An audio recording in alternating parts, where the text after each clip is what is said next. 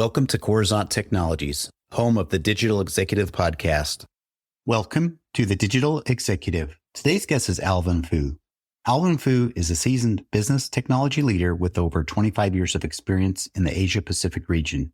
He has held senior roles at major global companies, including Nokia, Omnicom, Interpublic Group, and Google. As a co-founder of Nasdaq, a regulated marketplace for trading tokenized real-world assets, and Metaverse, a Web3 investment bank focused on asset tokenization, he is at the forefront of innovation in finance.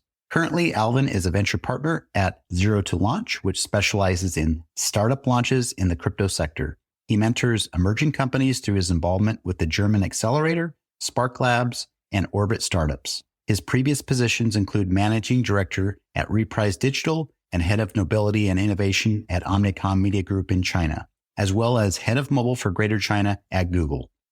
Well, good afternoon, Alvin. Welcome to the show. Good evening from Malaysia. Thanks for having me, Brian. Absolutely. Appreciate that, because I know early morning here in Kansas City, but in Malaysia, I know you're getting ready probably to wind down your day. So I appreciate you making the time, Alvin. Really do. And Alvin, I want to jump into your first question. You've got over 25 years of experience in business and technology across the Asia Pacific region. What are the most significant changes you've witnessed in the tech and business landscape during that time, particularly in that digital space? Well, I had the opportunity to look at Asia Pacific from, I would say, inside China versus outside China. And the reason why I say that was also because I used to run a tech company from Malaysia, or more specifically Southeast Asia, out of Malaysia in 1997. So I've got into the internet age very early. I had the opportunity to run a business all up until 2006 before I moved to China. So I had a very good experience working in China from 2006 all the way till right now. So I've seen the evolution of China that started off very slow and eventually exploded. And also I saw the evolution of the internet business that grew from a very small scale to a massive scale in Asia Pacific. So there is actually two parts of it, because one part of it is really pretty much Asia Pacific, and the other one is China. I must say, over the years, I saw a lot more activities in China, especially in the early 2000s, because that was the beginning of the internet age for China, where they started e-commerce, where you got entrepreneur like Jack Ma, who started Alibaba then, and then took Alibaba to a very sizable company, e-commerce dominating the space. And also in Asia Pacific, where I saw similar e-commerce company, ride-hailing and so forth, that grew in more or less in the mid 2010, more like 2015. So the activities on the internet actually started a little later in Asia versus China. China was on steroid from an early stage. So that was how I would look at Asia Pacific. Thank you. I appreciate that. Really do. And I know you were in the middle of that with the explosion of growth over in China, and you saw a lot of transformation, and we really appreciate that. We see a lot of you across social. Obviously, you do a lot of speaking events and you travel a lot, but I appreciate you sharing that with our audience today. Alvin, as the co-founder of Nasdaq and Metaverse, how do you see the tokenization of real-world assets shaping the future of finance? What opportunities and challenges do you foresee in the widespread adoption of asset tokenization? Asset tokenization is still relatively a very new thing.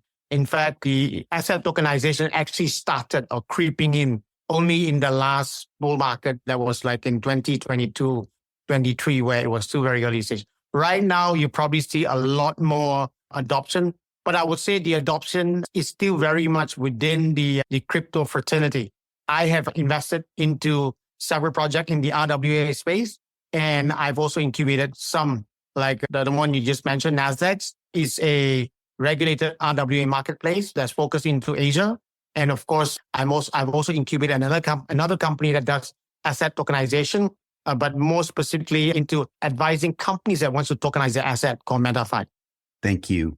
I really appreciate that. I'm glad that you were getting into this space a little bit, because it's hard to get folks to adopt a new technology or a new way of doing things. And I think moving in this direction as far as asset tokenization, adopting more blockchain and Web3 technologies is so important.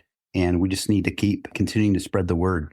So I appreciate that. And Alvin, Zero to Launch is focused on startup launches in the crypto sector. From your experience as a venture partner, what qualities do you look for in promising crypto startups, and how do you mentor these emerging companies?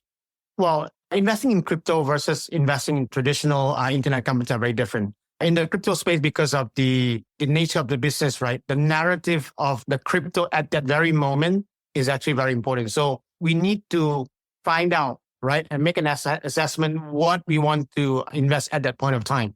So for example, like this round, it's a lot got to do with tokenization in RWA.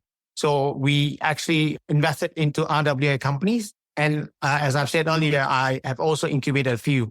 First is to pick the narrative, and subsequently, right, to be looking at startup founders who are savvy enough in the space, who have been in crypto for a long time. And more importantly, right, they are passionate about what they do. What I usually look for, right, is that fighting spirit. And then I always coin the term street fighter, because the term street fighter came from a game that I used to play when I was a kid. And as a street fighter, the concept of you never say die, never surrender. And that's the kind of quality that I will look in a founder or a co-founder. Thank you. And that is so important. Entrepreneurs go through a lot, and it takes a lot. Like you said, a street fighter. I think we both played the same game, but we need to find those qualities in entrepreneurs, because entrepreneurship is not for anybody that's faint of heart. It's someone that needs to be persistent, consistent, and get out there every day, no matter what, take the hit. So I appreciate that. Last question of the day, Alvin. Blockchain and Web 3.0 are fast evolving spaces. As an advisor to organizations like Noise and Preventius Capital, what key trends do you believe will define the next decade of blockchain development? I still think that we are in a very early stage. There are a lot of narrative that has actually, followed in the last bull market. We saw, terms like NFT, Metaverse, and so forth, and even DeFi. I think DeFi is maturing. The good thing is that what we are seeing in most of the narrative that started earlier, this was what I would term the 1.0. So it was the 1.0 Metaverse. It was the 1.0 DeFi. And what we're seeing right now is that DeFi 2.0, right? And a more mature offering, even in the concept. Now, Metaverse started very early, right? So a lot of people would think that this could be a second life, right? I think Metaverse will eventually morph into something that a real game studio, a huge game studio that actually would embark on a trail and build a very sustainable and monetizable Metaverse. Roblox is actually one, and it's very successful, right? But what is lacking in those games was the focus was very much on the tokenomics versus the gaming logic, right? If you look at games that has been successful, the most important part of a game isn't the tokenomics, isn't the reward. It's really down to a very simple concept called fun.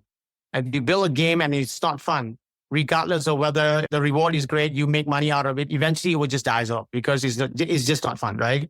So I think in moving forward, you will see more gaming company, bigger gaming studio company getting into space and build what I would term as a Metaverse 2.0 or 3.0, whatever you want to call it, but a more mature gaming logic, right, that takes on crypto element and also the Web3 element. And I think this is where it's heading. And because gaming has always been very successful, gaming has always been profitable.